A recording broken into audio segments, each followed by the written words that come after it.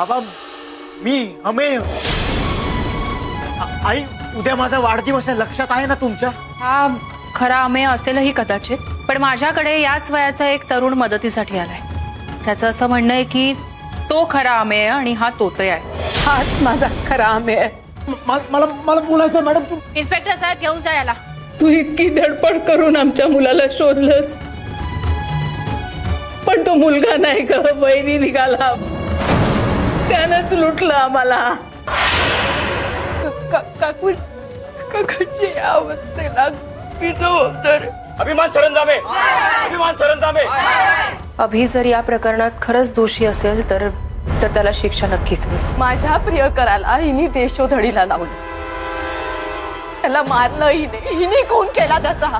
तू कोणाबद्दल बोलतेस? भुवनबद्दल बोलतेय. आज फक्त तुझ्यामुळे अभि सुटलं. तुझ्यासारखी सून मिळायला भाग्य लागतं. निजरे निज बाळा लढीवाळा लागो दे तव डोळा निज तू पाळणिया पिवळा रंगीत पाळणा मिळेल ऐसा कोणा निजरे निज बाळा. चंदना तू पुन्हा का आली आहेस या घरात? दिनार दादा, तुम्ही मला आजी गेल्याचं कळवलं सुद्धा नाही. तुला काय कळवायचंय? काय संबंध तुझा? अरे तुमच्याशी संबंध नसेल, आजीशी होता ना. हे बघ, रंजू आणि दीपाली यायच्या तू घरातून निघून जा. जाते ना मी. असंही काय राहिलंय माझं या घरात. पण मला एकदा आजीच्या खोलीत जायचं. तिचं अस्तित्व अजूनही तिथे. चंदना, ए चंदना.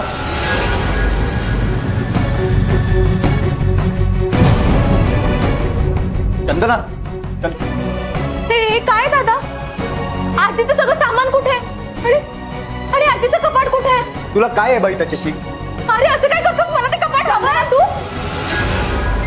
दादा तू हिला येऊच कसं दिलं घरात? मला पण नव्हतं यायचं इथे. मी फक्त आजीसाठी आली. आजीने तिचं कपाट माझ्या नावावर केलं आणि मला ते हवं. काय? आजीने तिचं कपाट तुला दिलंय? कोणी सांगितलं तुला हे? मला वकिलांचं मला वकिलांचं पत्र आलंय. या पत्राद्वारे आपण सूचित करण्यात येते की आपली आजी स्वर्गीय श्रीमती सुधा मोरे यांनी मृत्यूपूर्व इच्छापत्र बनवले आहे. त्या इच्छापत्रानुसार त्यांनी त्यांच्या पश्चात त्यांचे वैयक्तिक वापराचे कपाट कुमारी चंदना यशवंत वाळिंबे यांना देण्यात यावे अशी इच्छा व्यक्त केली आहे. त्यानुसार तुम्ही श्री दिनार रणजित मोरे यांच्याकडून ते कपाट तुमच्या ताब्यात घ्यावे. कपाट तुमच्या ताब्यात मिळाल्यानंतरच काही सुधा मोरे यांच्या इच्छापत्रानुसार पुढील कायदेशीर बाबी पूर्ण करण्यात येतील. आजीने ही नसती उठाठेव कधी करून ठेवली कोणास ठाऊक. काय झालं दादा? हे बघ, ते कपाट तर आता इथे नाही. त्या कपाटाची जास्तीत जास्त किंमत आहे 2000 रुपये. मी तुला 5000 रुपये देतो. 5000 रुपये. तू वकिलांना असं सांग तुला कपाट मिळालं. तो पण मी असं का सांगू? ते कपाट कुठे आणि या खोलीतून कुठे नेलंय तुम्ही? अरे तुला काय कर्तव्य आहे त्याच्याशी? मी तुला 10,000 रुपये देतो. 10,000. दादा अरे त्या फालतू जुन्या कपाटासाठी तू एवढे पैसे का देतोयस? आपले पैसे काय वर आलेत का? तू गप्प का जरा. मी नाही गप्प बसणार. का हिला एवढं महत्व द्यायचं? दीपाली वहिनी कुठे? वहिनी नाहीये घरात. अच्छा, म्हणजे तू आमच्या घरावर पाळत ठेवून होतीस. मी आणि वहिनी घरात नाही हे पाहिलंस आणि तू घरात शिरलीस आणि दादाला लुबाडतीयस. अगं मला काही नकोय. मला पैशांची आव नाहीये का खरंच? मला फक्त आजीने मला दिलेलं कपाट हवंय आणि ते मिळाल्याशिवाय मी नाही जाणार इथून. ए नीट लक्ष देऊ नाही. मी देतोय ते पैसे घे आणि इथून चालती हो. आणि जर तू तसं केलं नाही तर तुझ्यामुळे आजी आजारी पडली आणि त्यामुळे ती गेली हे मी पोलिसांना जाऊन सांगेन. कंप्लेंट करीन मी तुझी. आजी आजी उठ ना. आजी उठ ना.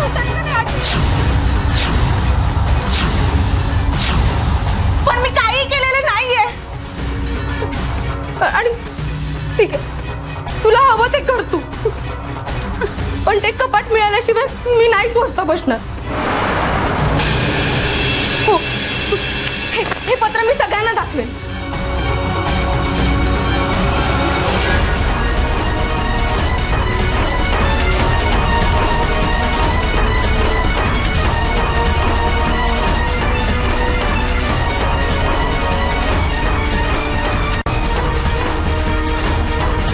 काय दाखवते? जा दाखव जा. अन्याय. मी स्वस्त नाही बसणार. मी याच्या विरुद्ध दाद मागणार. दाद मागायची आहे ना तुला? दाद मागायची आहे ना? मग जा. त्याच्याकडे मागायची आहे ना त्याच्याकडे जाऊन माग. मी पण बघते कोण तुझं ऐकून घेतं ते. आधी बाहेर हो इथून. नाही मी नाही जाणार. मी नाही जाणार. बाहेर हो इथून. मी नाही ना जाणार. मला कपाट हवंय. निघ इथून. हा वकील सर.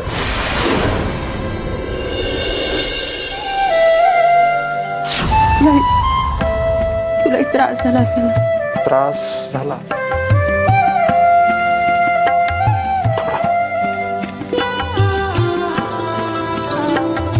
पण यामुळे मला माझी अस्मिता परत मिळाली.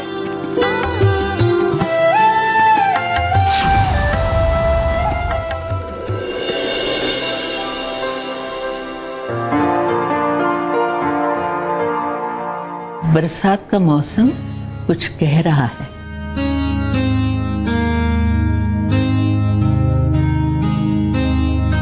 क्या ये मौसम हमें किसी की याद दिला रहा है?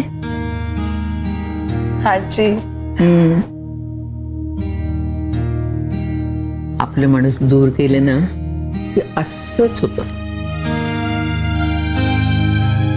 करमतच नाही. मला पण करमत नाही खरंच. आजी जा ना. हा कुठे गेले आणि किती दिवसांसाठी गेला?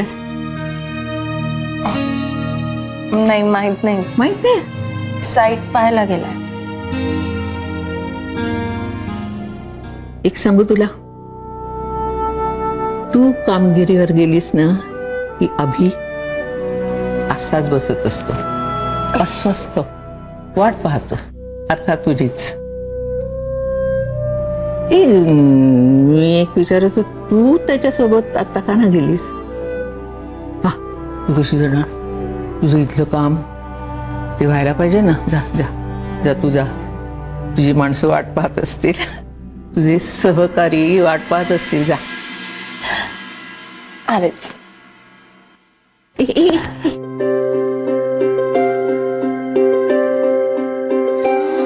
अभिचा फोन आला ना तर मला सांग. मला बोलायचंय त्याच्याशी. दोघे दोस्त आहोत ना पण. त्याची वाट पाहतोय ना. मग मला नको सांगायला. सांगेन. आलेच. अगं अगं गेली खरे. आता त्याची वाट मलाच पाहायला पाहिजे. अर्थात ती तिथे जाऊन वाटच पाहणार आहे.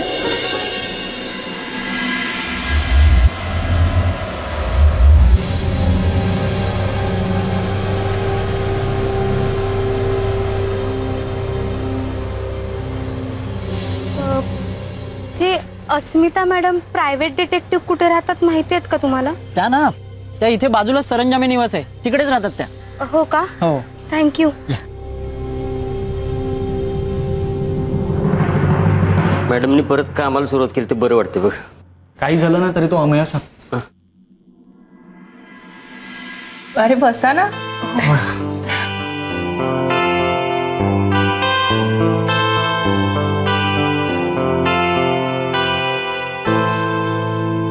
मॅडम, अभिमानवर आलेल्या संकटाला तुम्ही एकटीने तोंड दिलं आणि पुन्हा कामाला सुरुवात केलीत. खरंच खूप छान वाटतंय. सगळं विसरून कामाला सुरुवात केली असली तरी वासंती काकूंचं दुःख मात्र मी विसरलेलं नाहीये. मी विसरूच शकत नाही. हाच माझा खरा आम्ही आहे. मला बोलायचं मॅडम. इन्स्पेक्टर साहेब घेऊन जा याला. एकदा मॅडम माझ्या समाधानासाठी मॅडम प्लीज तुम्ही एकदा काका काकू सुखरूप आहेत की नाही तेवढं बघा ना मॅडम प्लीज. तू इतकी धडपड करून आमच्या मुलाला शोधलंस, पण तो मुलगा नाही ग, बहिणी निघाला. त्यानंच लुटलं आम्हाला. जोपर्यंत त्या अमेयाला शिक्षा देऊन वासंती काकूंच्या चेहऱ्यावर समाधान पाहत नाही ना, तोपर्यंत मला चैन नाही पडणार. हा, पण तोपर्यंत कोणालाही मदत करायचं मात्र मी टाळणार नाही. मॅडम, अमेयला आम्ही अहमदाबाद, सुरत आणि बडोदा सगळीकडे शोधलं. आणि तो चॅप्टर आमच्याशी खो खो खेळत होता. आम्ही जायच्या आधी तिथनं निष्ठायचं. अरे काही हरकत नाही. तो जेव्हा मुंबईत येईल ना तेव्हा नक्की पकडलं जाईल. मॅडम तुम्ही नका काळजी करू. आपण सगळेजण शोधूयात. मी राकेश, समीर सगळ्यांना सांगून ठेवतो. सो डोंट वरी.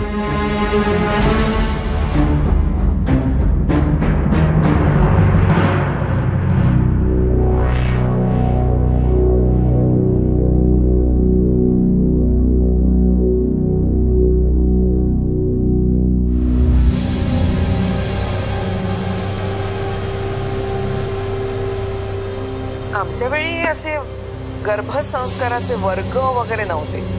सांगोपांगी ऐकलं असेल तेच. पण मुळात बाळाला चांगलं वातावरण हवं. त्यामुळे आईच्या संवेदनांशी बाळ जोडलेलं असतं. त्यामुळे आईनं चांगलं हेल्दी राहणं, हेल्दी खाणं, चांगलं ऐकणं, चांगलं वाचणं, चांगलं बोलणं. ये बाळा ये, बस. पंढरी जरा पाणी घेऊन ये.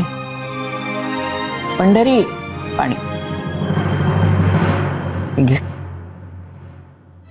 बघ, रडू नको, आधी पाणी पिवत. एक पंढरी अस्मिताला बोला.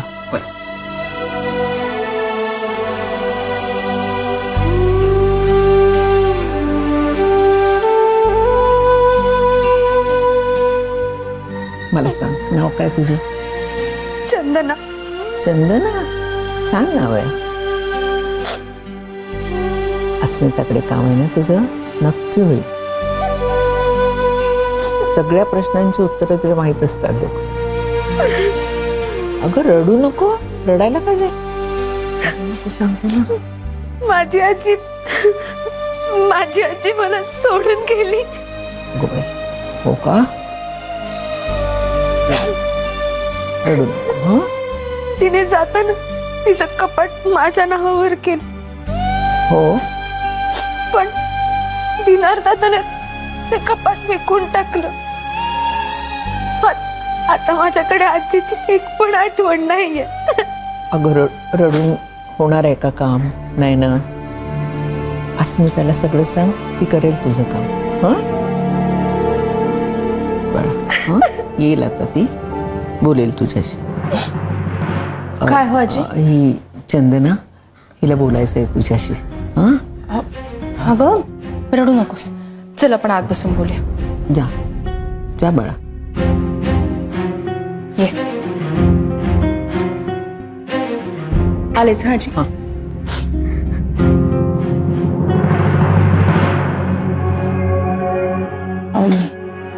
ये ना, बस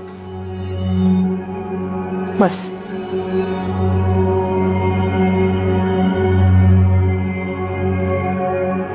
बोल चंदना, काय झालं? अगं रडू नकोस, शांत हो, शांत हो. सांग. मॅडम, या जगात मला आजीशिवाय दुसरं कोणीच नव्हतं. नात्याने दूरची असली ना तरी आजी माझ्यावर अगदी सख्या आजीसारखं प्रेम करायची. पाणी पाणी पाणी पाणी पाणी पाणी पाणी. ती चक्क असं बोलली. हाईट आहे. आपण भेटूया ना नेक्स्ट वीक. Shopping done. पक्का पक्का. बाय. दिनार मोसंबा हवाय तुला. गुड. आणि रंजू तुला.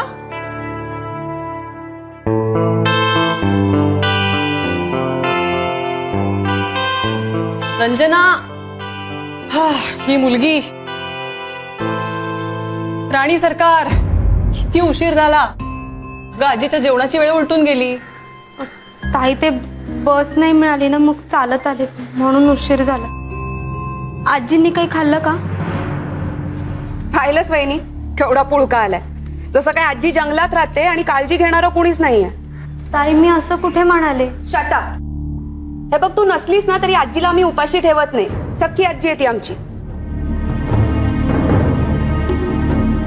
अगं बाई वाट कसली बघतेस. जा आता. हो.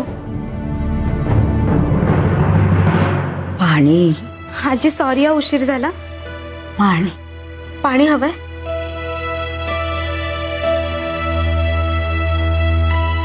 उठ. सावकाश.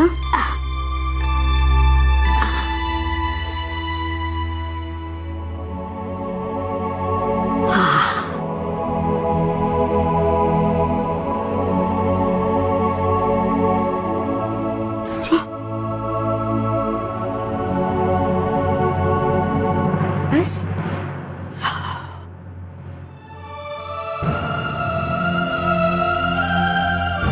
हे काय आजी तू पेज नाही खाल्लीस का? माझ्या तोंडाला चवच नाही ग. काही खावंसं वाटत नाही.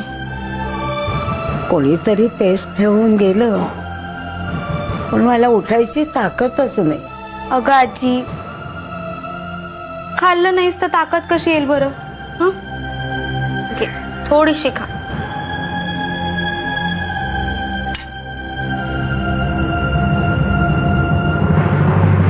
तू आहेस म्हणून मला आधार आहे बघ. इथं दीपाली माझी नाचून बाहेरून आलेली. तिला माझ्याबद्दल काहीच वाटत नाही ग. पण दिनार आणि रंजना माझी खरी नातवंड आहेत ना. माझ्याकडे लक्ष द्यायला त्यांना फुरसतच नाही. माझी वर जायची वाट पाहत आहेत ते. आजी असं नको ना बोलूस. मी आहे ना. फक्त एका गोष्टीसाठी माझा जीव अडकले ग. नाही तर जगण्याची अजिबात इच्छा नाही. खाताना बोलू नये.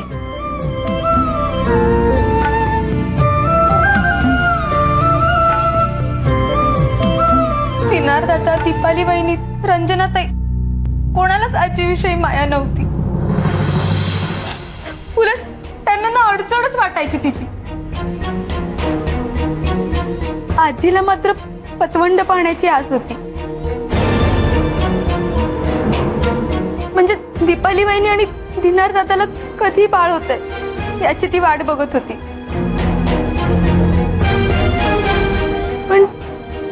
पण दीपाली वहिनीच्या मनात वेगळंच काहीतरी होतं. मी काय म्हणतो दीपाली, आजी पण आजकाल आडून आडून विचारते. काय?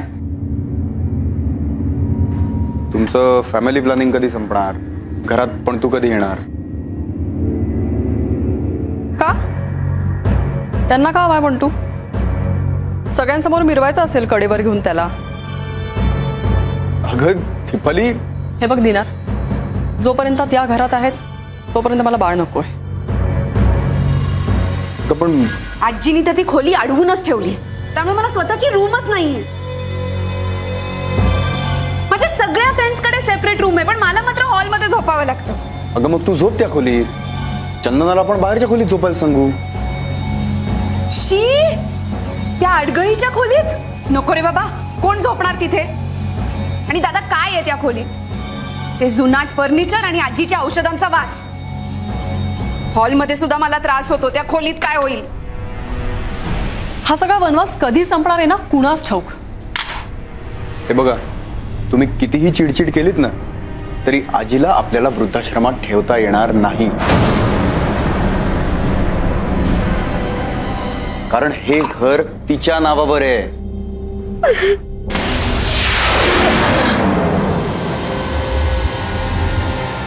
मला वाटतं आपलं बोलणं ती चोरून ऐकत होती. आता जर ऐकत असेल तर सगळ्या धाड्या आजीकडे करेल. मग काय गरज आहे तुम्हाला बोलायची? बोलायचंच आहे तर जरा हळू बोला, जरा भान ठेवून बोला. आणि मी तर म्हणतो बोलूच नका ना. हे घर माझ्या नावावर होईपर्यंत तरी किमान. पण आपल्याला या चंदनाचा काहीतरी बंदोबस्त करायलाच हवाय. मला त्यांचे टोमणे ऐकू येतच होते. काही झालं तरी दूरच्या नात्यातली होते ना, आश्रित होते. कधी कधी वाटायचं ना ते घर सोडून जावं, पण आजीसाठी पाय उमऱ्यात अडकायचं. पण ते जे काही बोलायचंय ते तू आजीला कधीच सांगितलं नाहीस? नाही, मी त्यांच्या चहाड्या कधीच केल्या नाहीत. नाही, त्यांना घाबरत होते म्हणून नाही, पण आजीला वाईट वाटलं असतं म्हणून नाही सांगितलं. पण मी त्यांना त्या घरात नकोच होते. त्यांना माझी अडचण वाटत होती. ते वाटच बघत होते की मला कधी घरातून बाहेर काढता येईल.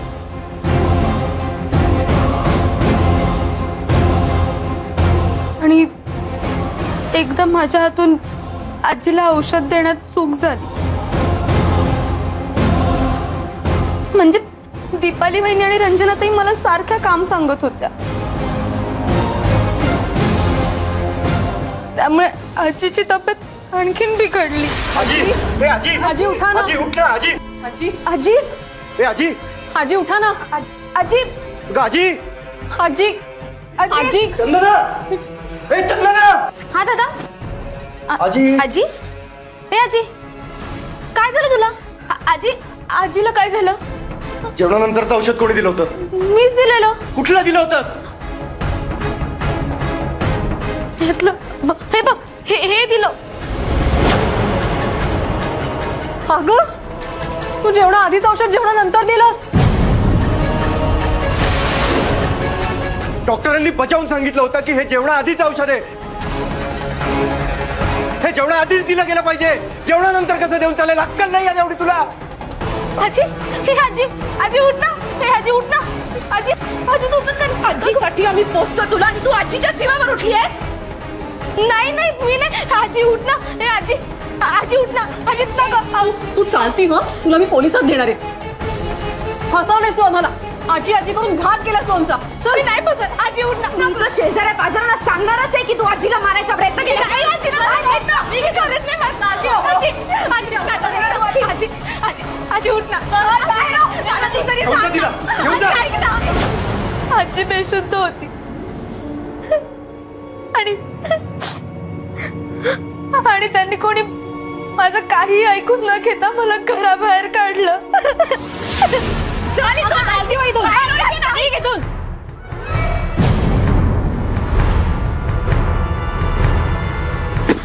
ऐक ना, खबरदार इथून पुढे या घरात पाऊल टाकलंस तर. तुझ्यामुळे आमच्या आजीना काही झालं ना तर सोडणार नाही तुला आम्ही.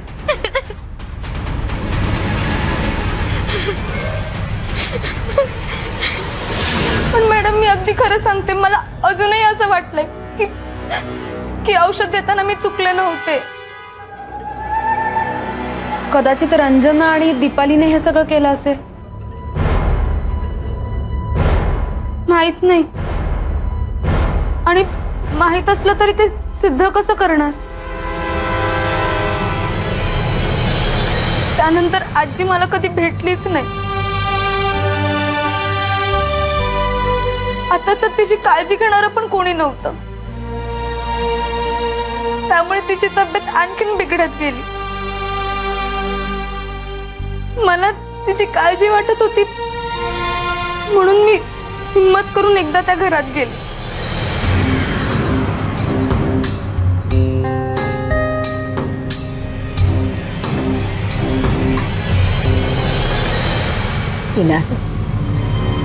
तुझ्या मनासारखं मी केलं. हे घर तुझ्या नावावर केलं ना. मग आता बोलावर रे चंदनाला.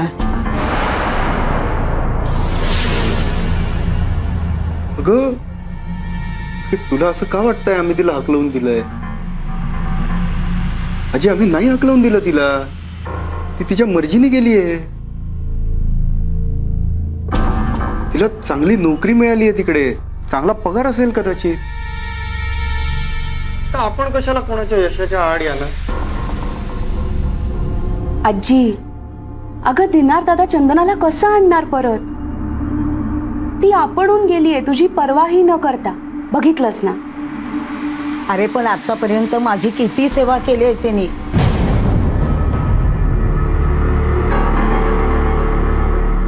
आणि माझे बँकेतले पैसे दीपालीच्या आणि रंजनाच्या नावावर कर असं म्हणतोयस ना.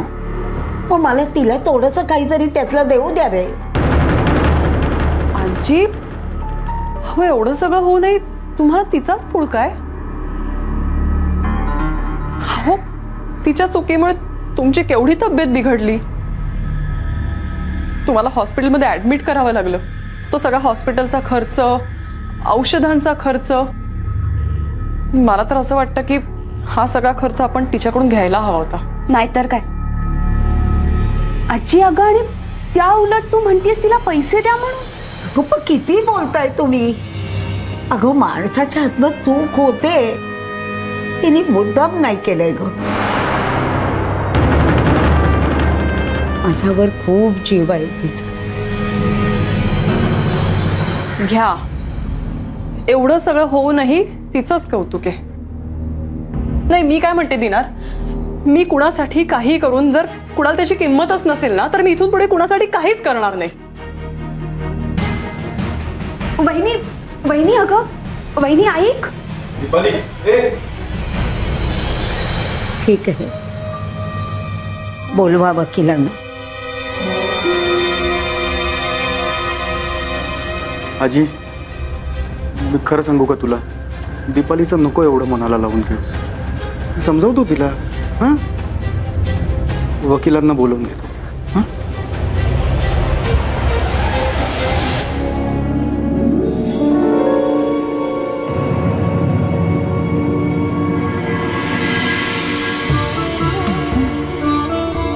चंद्रा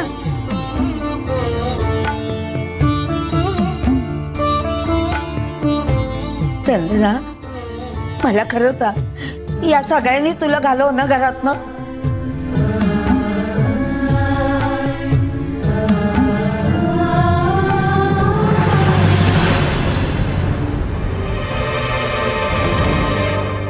काय ग कोणाशी बोलत होतीस तू?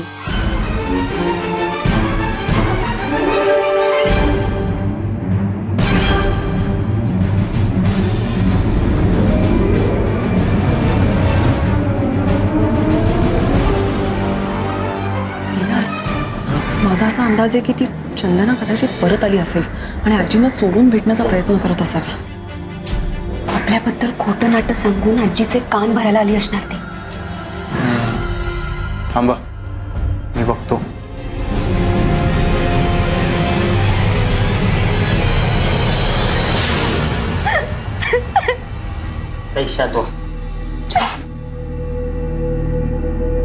तीच माझी आणि आजीची शेवटची भेट होती. शांत हो शांत हो.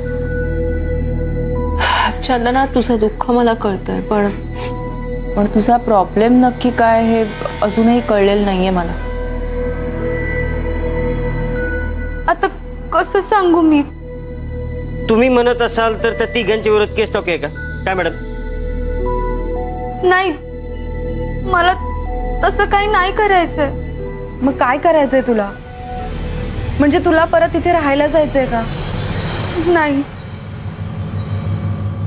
तिथे आजी होती म्हणून मी तिथे जायचे. आता तिथे आजीच नाही तर मी जाऊन काय करू? अगं मग तुला नक्की काय हवंय? कपाट.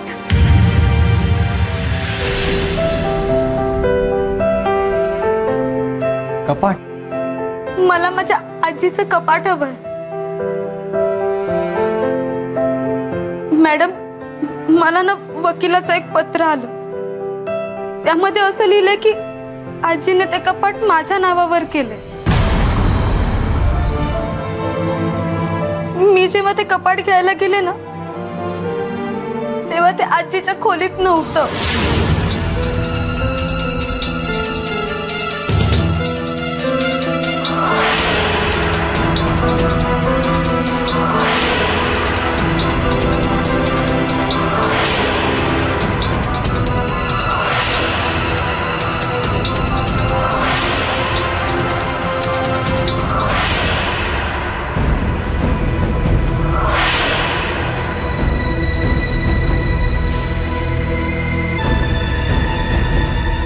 कपाटाच्या बदल्यात दिनार तुला 10,000 रुपये द्यायला तयार झाला होता ना? नाही, मला पैसे नकोयत. मला फक्त ते कपाट हवंय. कारण त्यात आजीच्या खूप आठवणी आहेत.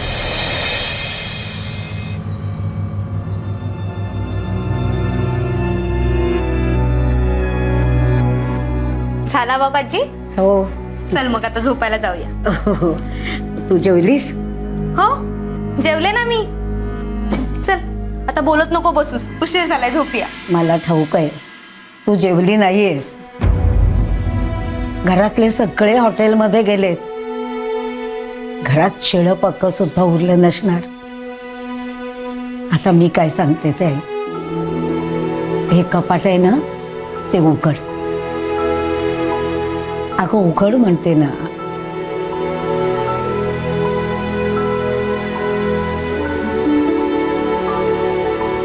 उघडलंस? आता खालच्या कप्प्यात पातळ आहे ती वरती ठेव.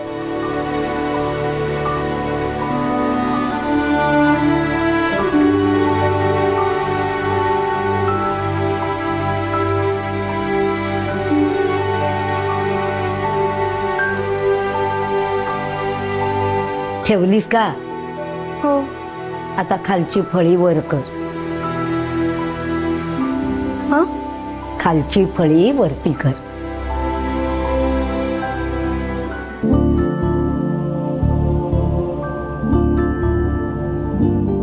हा कर. हा, आतमध्ये डबा येतो का?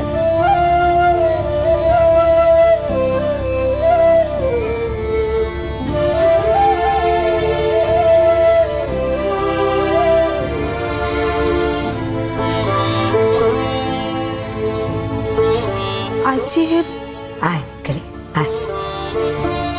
उघड.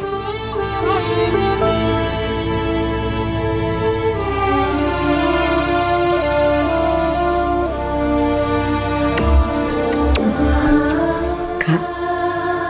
उपाशी राहायचं नाही बाळा. तुला भूक लागेल ना तेव्हा या डब्यातला खाऊ खा. उपाशी राहू नको. आजी,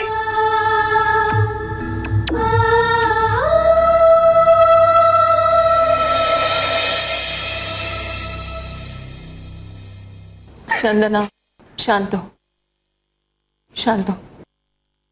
आता तू माझ्याकडे आलीस ना, आता अजिबात रडायचं नाही. मी तुला तुझ्या आजीचं कपाट नक्की शोधून दे.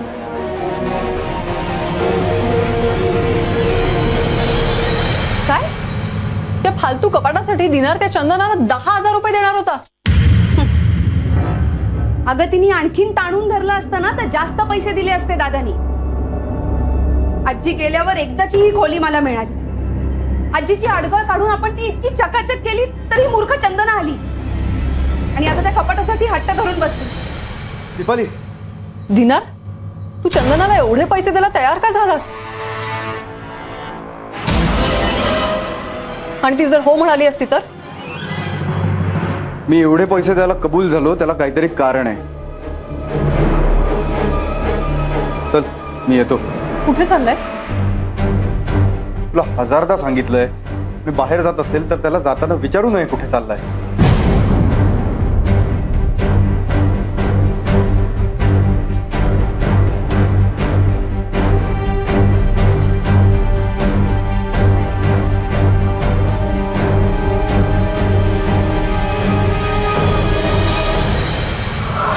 मॅडम दिनार त्या कपाटाचे एवढे पैसे द्यायला का तयार झाला असेल? कळेल से. शोधलं की या प्रश्नाचं उत्तरही नक्कीच मिळेल. सिद्ध बंडू, तुम्ही सध्या तरी अमेयाच्या केसवर कॉन्सन्ट्रेट करा. ओके. मला जर गरज वाटलीच तर मी या केसमध्ये तुम्हाला इन्व्हॉल्व करून घेईन. ओके. आत्ता मी आणि मनाली हिला घेऊन त्या दिनारकडे जातो. चंदना, त्या वकिलाने दिलेलं पत्र दे जरा.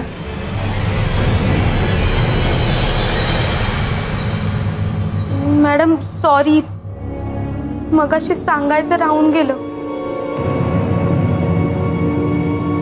मी दिनार दादाकडे गेले होते तेव्हा त्याने ते पत्र फाडून टाकले.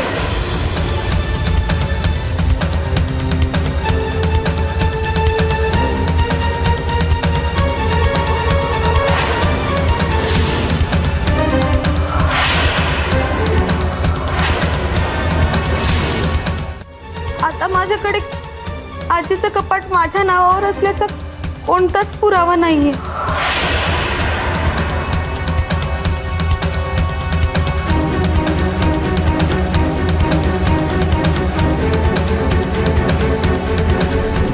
मॅडम, म्हणजे मला आता आजीचं कपाट नाही मिळणार?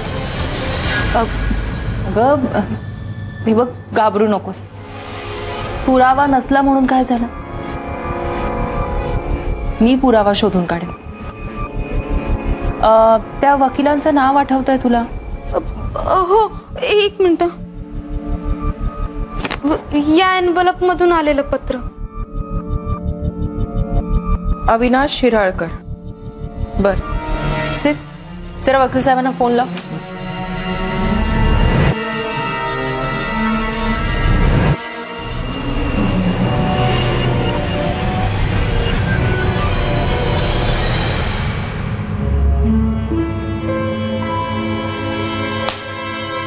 दिनार, काय झालंय?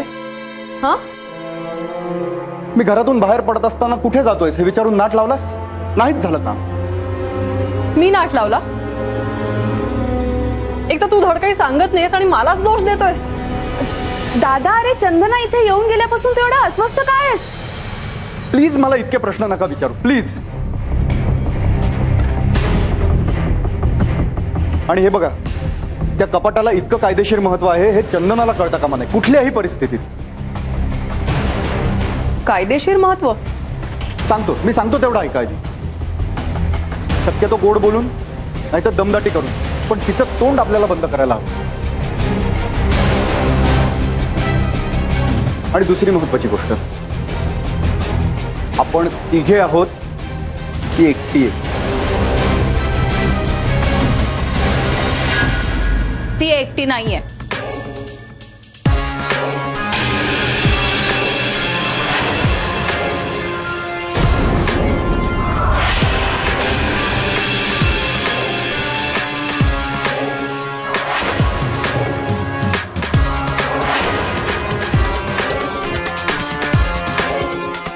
आम्ही तिच्या सोबत आहोत. कोण तुम्ही?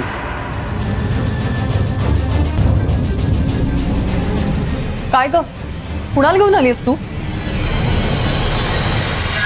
अस्मिता, खासगी गुप्तहेर.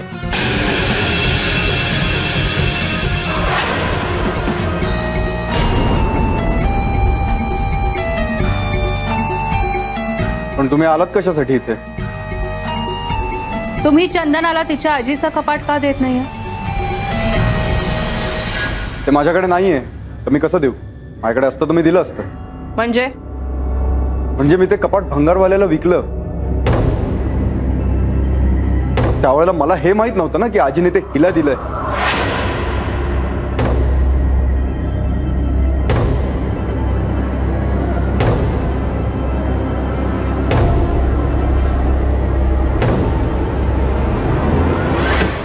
कर, आराम से. शेठजी, हे तुमचे पैसे.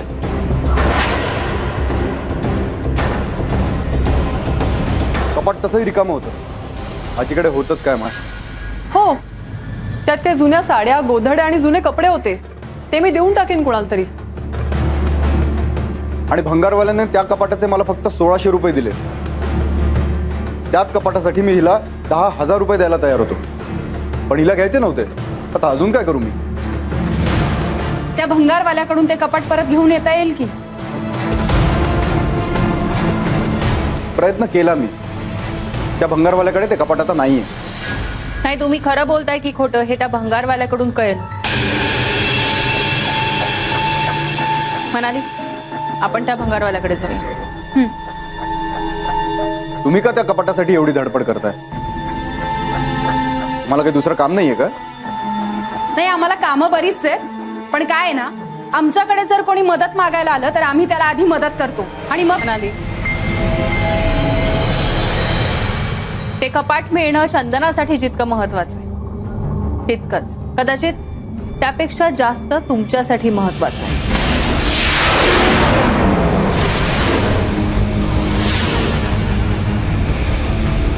आमच्यासाठी महत्वाचं आहे? तुमच्याकडे आजींच्या मृत्यूपत्राची प्रत पाठवली नाहीये वकील साहेबांनी? नाही, मला अशी कुठलीही प्रत मिळालेली नाही. आणि जरी मिळाली तरी ती मी तुम्हाला का दाखवू?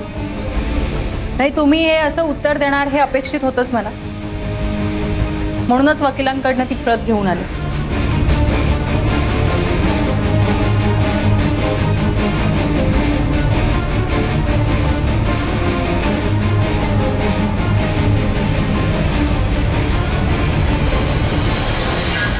त्यात असं स्पष्ट लिहिलंय की जोपर्यंत चंदनाला तिच्या आजीचं कपाट मिळत नाही ती तशी लेखी NOC देत नाही, तोपर्यंत हे घर तुमच्या नावावर होऊ शकत नाही.